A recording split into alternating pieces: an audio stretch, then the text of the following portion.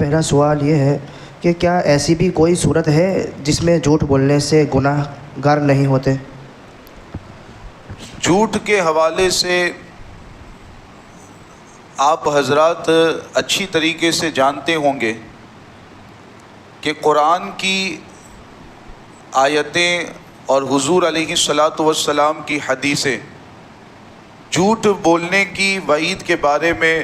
موجود گئے، جن کو بیان کرنے کی حاجت نہیں۔ البتہ چند صورتیں ایسی ہیں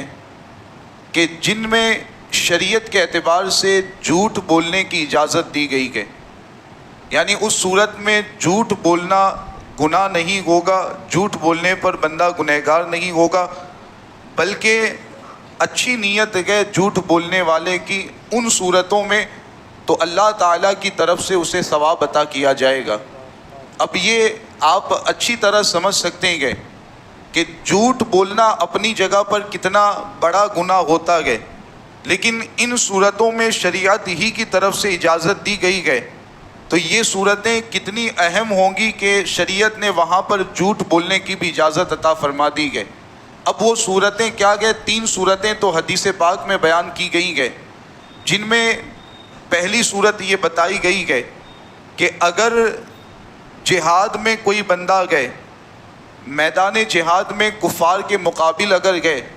تو اس حالت میں فتح اور کامیابی حاصل کرنے کے لیے اور کفار کو شکست دینے کے لیے اگر کوئی بندہ اس موقع پر جھوٹ بولتا ہے تو شرعی طور پر وہ گنہگار نہیں ہوگا، بلکہ اسے ثواب اللہ تعالیٰ کی طرف سے عطا کیا جائے گا۔ نمبر 2، اگر کوئی شوہر اپنی بیوی کو خوش کرنا چاہتا ہے، راضی کرنا چاہتا ہے، اور اسی نیت سے وہ اس کی سامنے کوئی جھوٹی بات بیان کرے، جیسے اس کی جھوٹی تعریف کرتا ہے، اس طرح کی کوئی بات بیان کرتا ہے، تو اس صورت میں بھی شرعی اعتبار سے گناہ نہیں ہوتا ہے۔ اور تیسری صورت جو حدیث پاک میں بیان کی گئی ہے کہ اگر 2 مسلمان بھائیوں کے درمیان صلح کوانی ہے، 2 مسلمان بھائیوں میں، 2 مسلمان بہنوں میں اگر انبن گئے، آپسی نا اتفاقی گئے، شرعی وجہ نہیں گئے، شریعت کے اعتبار سے وہاں کوئی ایسا سبب نہیں گئے کہ جس کی بنیاد پر نا اتفاقی پیدا ہوئی، اب کوئی صلح کروانا چاہتا ہے، تو صلح کروانے والے کے لیے بھی شریعت نے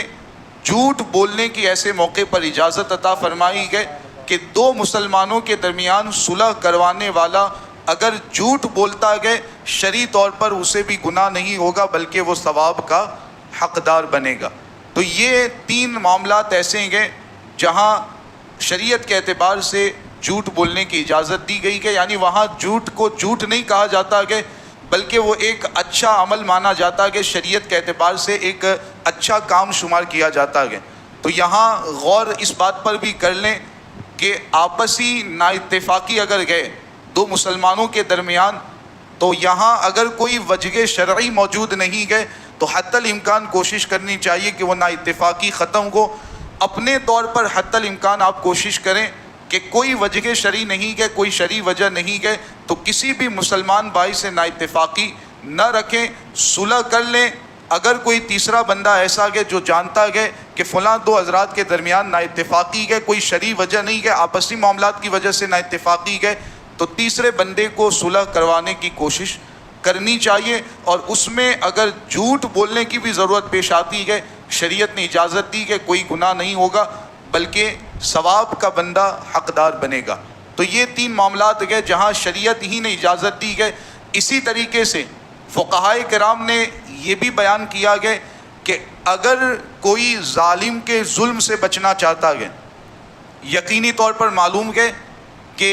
سچ بولے گا تو فلاں ظالم ظلم کرے گا، ظلم سے بچنے کے لیے جھوٹ بولنے کی ضرورت پیش آتی ہے، تو علماء کرام فقہائے اعظام نے بیان کیا کہ یہاں بھی ظلم سے بچنے کے لیے اگر جھوٹ بولتے ہیں، اپنے آپ کو ظلم سے بچانا یا کسی بے قصور مسلمان کو ظلم سے بچانے کے لیے شریعت کے اعتبار سے، اللہ تعالیٰ کے دین کے اعتبار سے بھی جھوٹ بولنے کی اجازت دی گئی ہے۔ تو ظلم سے بچنے کے لیے بھی شرعاً جھوٹ بولیں گے تو گناہ نہیں ہوگا۔